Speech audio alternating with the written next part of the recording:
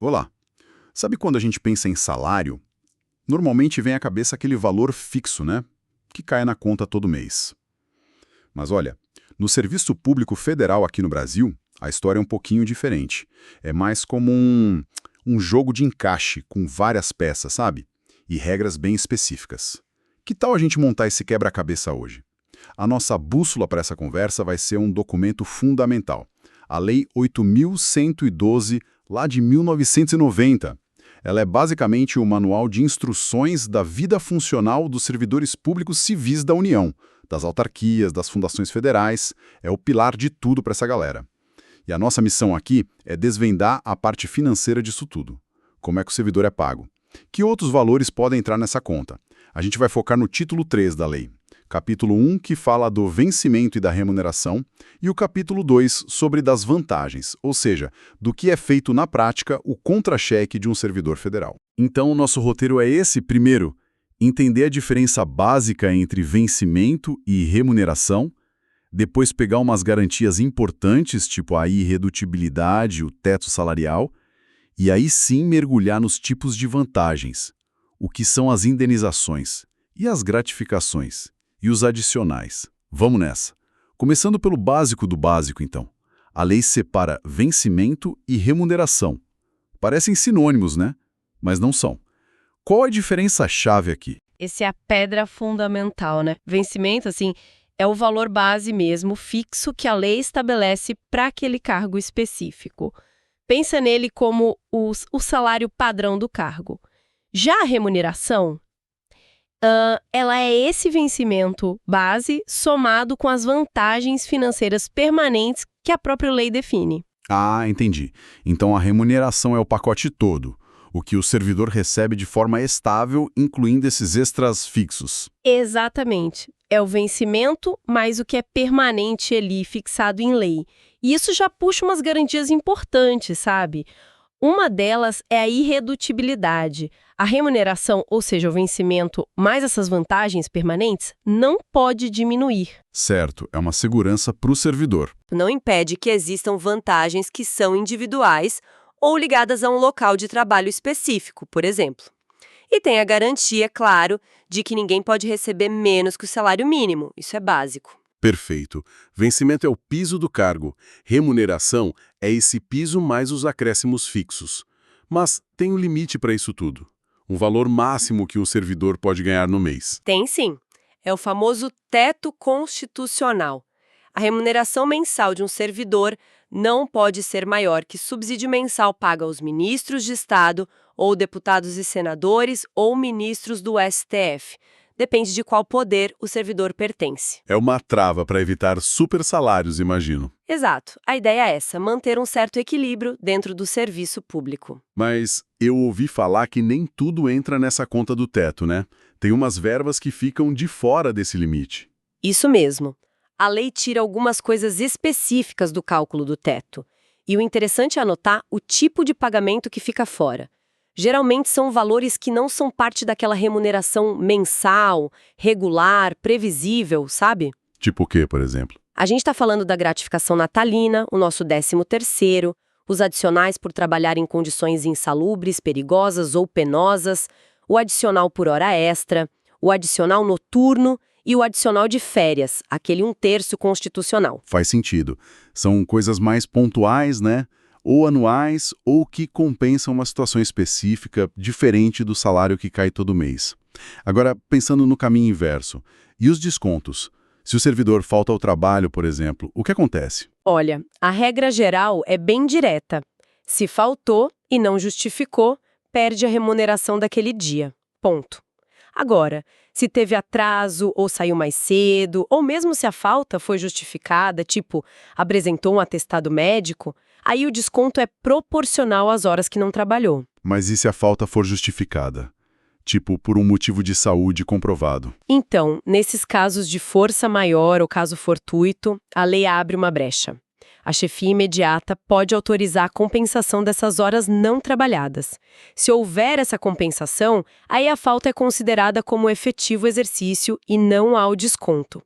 O mesmo pode valer para atrasos e saídas antecipadas, tudo a critério da chefia. Entendi. E fora as faltas, pode haver outros descontos no salário? O salário do servidor é protegido de alguma forma? Sim, a remuneração tem uma proteção legal bem forte, viu? A regra básica é: nenhum desconto pode ser feito no salário, a não ser aqueles que a própria lei manda descontar, tipo o imposto de renda, contribuição para a Previdência, ou se vier uma ordem judicial. Ordem judicial tipo... Pensão alimentícia. Exatamente. Esse é o caso mais comum. Pensão alimentícia pode sim ser descontada direto na folha. Fora isso, e os descontos legais, a remuneração é protegida contra penhora, arresto, essas coisas. Ah, e tem a situação de o servidor precisar devolver algum valor que recebeu por engano, né? Pagamento indevido. Isso. Como funciona? A lei prevê um procedimento certinho. O servidor é comunicado, tem um prazo para pagar, normalmente 30 dias. E pode até parcelar essa devolução, sabe? Com correção monetária, claro. A parcela mínima costuma ser 10% da remuneração.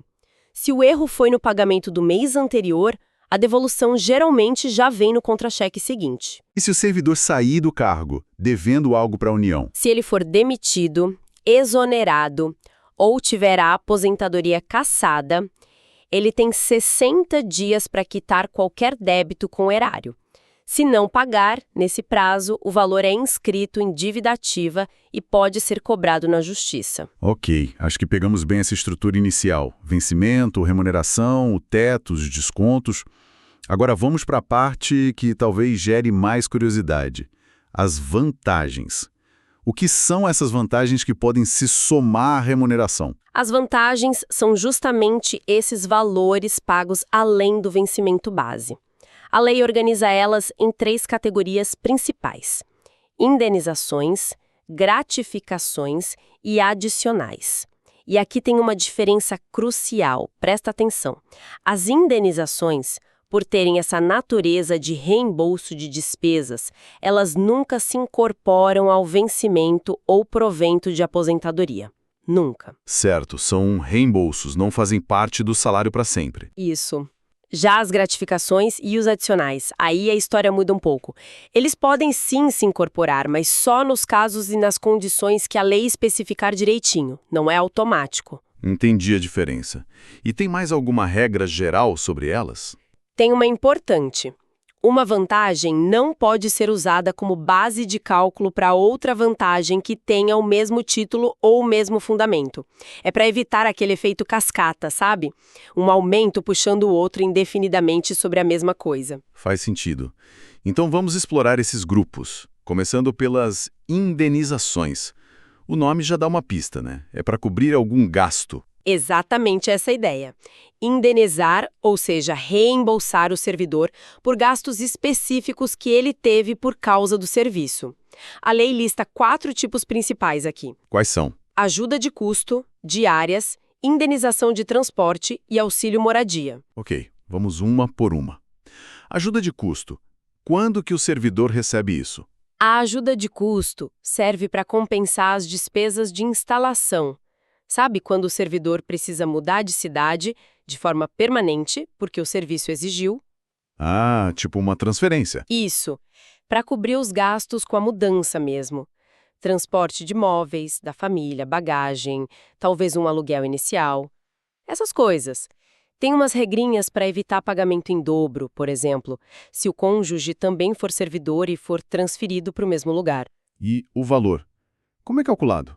O cálculo é feito com base na remuneração do servidor na nova sede, limitado a um valor de até 3 meses dessa remuneração, conforme o regulamento definir.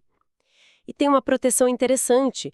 Se o servidor falecer na nova sede logo depois da mudança, a família tem direito à ajuda de custo e transporte para voltar para a cidade de origem, dentro de 1 ano. Tem uma segurança importante. Mas tem alguma situação em que ela não é paga, mesmo mudando de cidade? Tem sim. Por exemplo, se a mudança é por causa de um mandato eletivo, ou se o servidor pediu a remoção por interesse próprio em alguns casos específicos. E atenção, se o servidor receber a ajuda de custo e não se apresentar na nova cidade em 30 dias sem uma boa justificativa, ele tem que devolver todo o dinheiro. Entendido. E as diárias? Qual a diferença para a ajuda de custo? A diferença principal é o tempo. A ajuda de custo é para mudança permanente. As diárias são para deslocamentos temporários a serviço, para fora da cidade onde ele trabalha. Ah, tipo uma viagem a trabalho. Exato. Serve para cobrir os gastos extras que ele vai ter com hospedagem, alimentação, locomoção lá na cidade de destino. Tem uns detalhes. Se a viagem não precisar de pernoite, ou se o governo já pagar essas despesas de outra forma, tipo fornecer hotel e alimentação, a diária pode ser paga pela metade. E quando não são devidas? Não são devidas se o deslocamento for uma exigência permanente do cargo, tipo um fiscal que viaja sempre. Ou se a viagem for dentro da mesma região metropolitana, a não ser que precise mesmo pernoitar fora. E claro, se o servidor receber diárias a mais ou não usar tudo, ele tem que devolver o que sobrou. Ok. E a terceira indenização? Indenização de transporte. Essa é bem específica. É para o servidor que usa o próprio veículo, o carro ou moto dele, para fazer serviços externos que são parte normal do trabalho dele. Pensa num oficial de justiça, talvez. Entendi. Preciso usar o carro para trabalhar fora do escritório. Isso, mas o pagamento e as regras dependem de uma regulamentação específica. Não é algo automático para todo mundo que usa carro próprio. Certo. E por último, nas indenizações, o auxílio moradia. Esse costuma dar o que falar, né? Quem tem direito a isso? Parece ser bem restrito. E é mesmo, muito restrito. O auxílio moradia não é um benefício para todo servidor, de jeito nenhum. Ele funciona como um ressarcimento de despesa com aluguel ou hotel. Mas os requisitos são, nossa, uma lista bem longa e específica. Tipo o quê? Me dá uma ideia. Basicamente, ele é voltado para quem foi nomeado para um cargo em comissão alto, tipo das 4, 5, 6, ou cargo de natureza especial, ministro de Estado, e precisou se mudar para Brasília ou outra cidade para assumir esse cargo. E aí tem que cumprir várias outras condições. Não pode ter imóvel funcional disponível para ele nem o cônjuge podem ter imóvel próprio naquela cidade nos últimos 12 meses. Ninguém mais que more com ele pode receber esse auxílio. A mudança não pode ter sido para a cidade vizinha, enfim. Uau, realmente muitas travas. Sim, e a pessoa não pode ter morado naquela cidade nos últimos 12 meses, e o deslocamento tem que ter sido para ocupar esse cargo específico, não por uma nomeação para cargo efetivo normal. E tem um marco temporal também, a mudança tem que ter ocorrido depois de junho de 2006.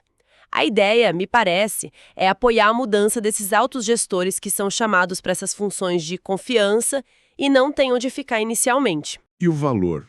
Também é limitado. Sim, também é limitado. É um percentual do valor do cargo em comissão, com um teto máximo que é um percentual da remuneração de ministro de Estado. Mas tem um valor mínimo garantido para quem cumprir todos aqueles requisitos. E ele continua sendo pago por um mês depois que a pessoa deixa o cargo, ou se morre, ou se finalmente aparece um imóvel funcional ou se compra um imóvel. É um prazo curto para se ajustar. Entendido. Então, as indenizações são isso. Reembolsos por custos bem específicos ligados ao trabalho ou à mudança e nunca se incorporam ao salário de forma definitiva. Agora sim, vamos para as outras duas categorias: gratificações e adicionais.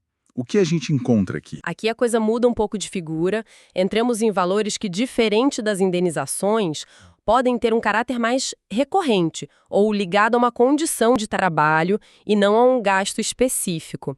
E como a gente falou, alguns deles podem sim se incorporar à remuneração para outros fins, como aposentadoria, mas só se ela expressamente mandar e do jeito que ela mandar. E quais são os exemplos que a lei dá? A lista é grande. Tem a retribuição por exercer função de direção, chefia ou assessoramento, as famosas FC, ou cargos em comissão. Tem a gratificação natalina, o 13º. E aí vem os adicionais: por atividades insalubres, perigosas ou penosas, adicional por serviço extraordinário, hora extra, adicional noturno, adicional de férias, e ainda podem existir outros adicionais relativos ao local ou à natureza do trabalho e uma gratificação específica por participar de cursos ou concursos. Falando em incorporação, você mencionou as funções de chefia. Teve uma época que dava para incorporar parte desse valor ao salário, né? Os tais quintos ou décimos. Isso ainda existe? Não mais da forma como era. Essa regra de incorporar uma fração do valor da função a cada ano de exercício foi extinta há bastante tempo. Ah, então ninguém mais incorpora. Ninguém mais adquire esse direito. Mas quem já tinha incorporado esses valores lá atrás, antes da mudança na lei, mantém esse direito adquirido. Só que esse valor não acompanha mais o valor atual da função. Ele virou uma vantagem pessoal nominalmente identificada, a famosa VPNI. VPNI.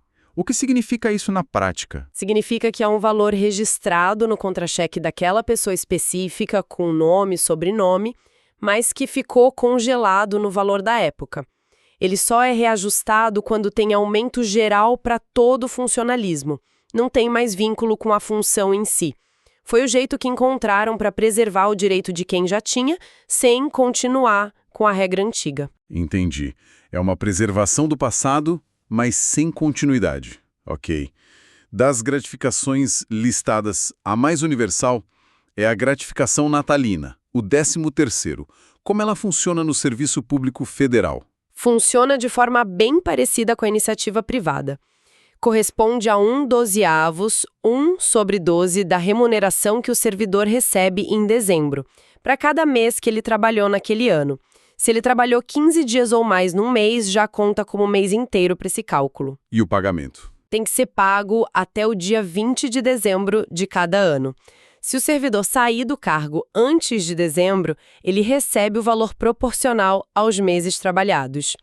Ah, e um detalhe importante: o valor do 13º não serve de base para calcular nenhuma outra vantagem. Ele é pago à parte. Certo. Agora vamos para aqueles adicionais ligados a condições de trabalho mais complicadas. Insalubridade, periculosidade, penosidade. Sim, a lei prevê esses adicionais para compensar financeiramente o servidor que trabalha, de forma habitual, em locais ou atividades que fazem mal à saúde, insalubres, que oferecem risco de vida, perigosas, ou que são especialmente desgastantes, penosas. E se o trabalho for insalubre e perigoso ao mesmo tempo? Recebe os dois adicionais? Não. Nesse caso, a lei diz que o servidor tem que optar por um deles. Não pode acumular o adicional de insalubridade com o de periculosidade. Ele escolhe qual prefere receber. E esse direito é para sempre? Não necessariamente. O direito ao adicional cessa no momento em que as condições de risco ou insalubridade forem eliminadas ou neutralizadas. Se o ambiente de trabalho melhorar, o adicional deixa de ser pago. E tem uma proteção especial para gestantes e lactantes. Elas devem ser afastadas dessas condições de risco enquanto durar a gestação e a amamentação, e devem ser colocadas em local salubre e serviço que não seja penoso ou perigoso. Importante essa proteção. E tem algum controle especial para quem trabalha com coisas tipo raio-x? Tem sim. Quem trabalha com raio-x ou substâncias radioativas tem um controle mais rigoroso. A lei exige que eles passem por exames médicos a cada 6 meses para verificar a saúde. Ok. E o trabalho fora do horário normal? Temos a hora extra e o trabalho noturno, né? Isso. Temos o adicional por serviço extraordinário, que é a hora extra. Paga 50% a mais sobre o valor da hora normal de trabalho. Mas pode fazer hora extra à vontade. Não. O uso da hora extra é bem restrito. A lei diz que só pode ocorrer em situações excepcionais e temporárias. E tem um limite, no máximo 2 horas por jornada de trabalho. Não é para ser algo rotineiro. E o adicional noturno? Esse é para quem trabalha entre as 10 da noite e as 5 da manhã. Ele acrescenta 25% sobre o valor da hora normal. E tem um detalhe interessante: a hora noturna, para fins de cálculo desse adicional, é contada como se tivesse 52 minutos e 30 segundos, e não 60 minutos. É a chamada hora noturna reduzida. Ah, então quem trabalha à noite ganha um pouco mais e a hora passa mais rápido para efeito de cálculo. Exatamente. E se acontecer de o trabalho noturno ser também hora extra? Aí complica. Nem tanto. O adicional noturno de 25% vai incidir sobre o valor da hora já acrescido dos 50% da hora extra. Um adicional calcula sobre o outro. Entendi. Falta a gente falar do adicional de férias. Esse é mais conhecido, né? Sim, bastante. É o famoso terço de férias. Quando o servidor tira as férias regulamentares, ele recebe, além da remuneração normal daquele período, um valor adicional correspondente a um terço dessa remuneração. É um direito constitucional, garantido para todos os trabalhadores formais no Brasil, e os servidores públicos também têm direito. Normalmente é pago junto com a remuneração das férias. Perfeito. E para fechar essa lista de gratificações e adicionais, a lei menciona uma gratificação por encargo de curso ou concurso. O que seria isso exatamente? Essa é uma gratificação bem específica. Ele é paga para o servidor que, eventualmente, de forma esporádica, atua como instrutor em algum curso de capacitação interno ou participa de uma banca examinadora de concurso ou ajuda na logística de aplicação de provas. A palavra-chave é eventualmente. Exatamente. Não pode ser parte das tarefas normais e permanentes do cargo dele. Tem que ser algo extra, pontual. O valor é pago por hora de trabalho nessa atividade extra e existem limites anuais de quantas horas podem ser pagas. Normalmente 120 horas por ano, podendo chegar a 240 com autorização especial. E como é calculado o valor dessa hora? O valor por hora é um percentual do maior vencimento básico da administração federal. É um percentual maior para quem atua como instrutor ou em banca, tipo 2,2%, e um pouco menor para quem ajuda na logística ou fiscalização, tipo 1,2%. Mas tem uma condição importante. Essa atividade extra só pode ser paga se for realizada sem prejuízo das atribuições normais do cargo do servidor. Se ele fizer durante o expediente normal, tem que compensar as horas depois. E essa gratificação pode ser incorporada ao salário? Não. A lei é clara quanto a isso. Essa gratificação por encargo de curso ou concurso não se incorpora ao vencimento, não serve de base para calcular outras vantagens, nem conta para aposentadoria. É um pagamento estritamente pontual por uma tarefa extra e eventual. Ufa! Percorremos bastante coisa, hein? Foi um mergulho profundo nesses capítulos da Lei 8.112. Então, só para amarrar tudo, a gente viu a diferença entre vencimento, a base, e remuneração, base plus vantagens permanentes. Vimos as garantias como a irredutibilidade e o teto, mas que tem exceções para coisas como 13º e terço de férias. E exploramos bem as vantagens, as indenizações, que são reembolsos por gastos específicos, ajuda de custo para mudança, diárias para viagem, transporte para quem usa carro próprio, auxílio moradia para altos cargos em situações específicas e nunca incorporam. E as gratificações e adicionais que podem recompensar desde o exercício de uma função de chefia, eventos anuais como Natal e as férias, até condições especiais de trabalho, insalubridade, perigo, hora extra, trabalho noturno ou atividades eventuais como dar aula em curso interno. E essas, sim, podem ter regras de incorporação, embora muitas não tenham ou tiveram regras extintas como os quintos. No fim das contas, entender essa estrutura toda é vital para quem já é servidor, claro, para saber seus direitos, mas também para quem pensa em entrar no serviço público, né? Para entender como a remuneração é construída.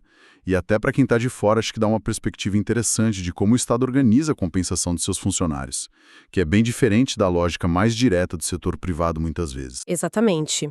E quando a gente analisa essa estrutura tão detalhada da Lei 8.112, com todas essas regras e subclassificações, percebe-se uma tensão interessante, né? Por um lado, tem essa busca por segurança, por previsibilidade, por isonomia, regras claras para evitar arbítrio. Isso dá uma segurança jurídica importante para o servidor. Mas, por outro lado, o mundo do trabalho hoje, mesmo no setor público, pede mais flexibilidade, talvez uma gestão mais focada em resultados, em desempenho.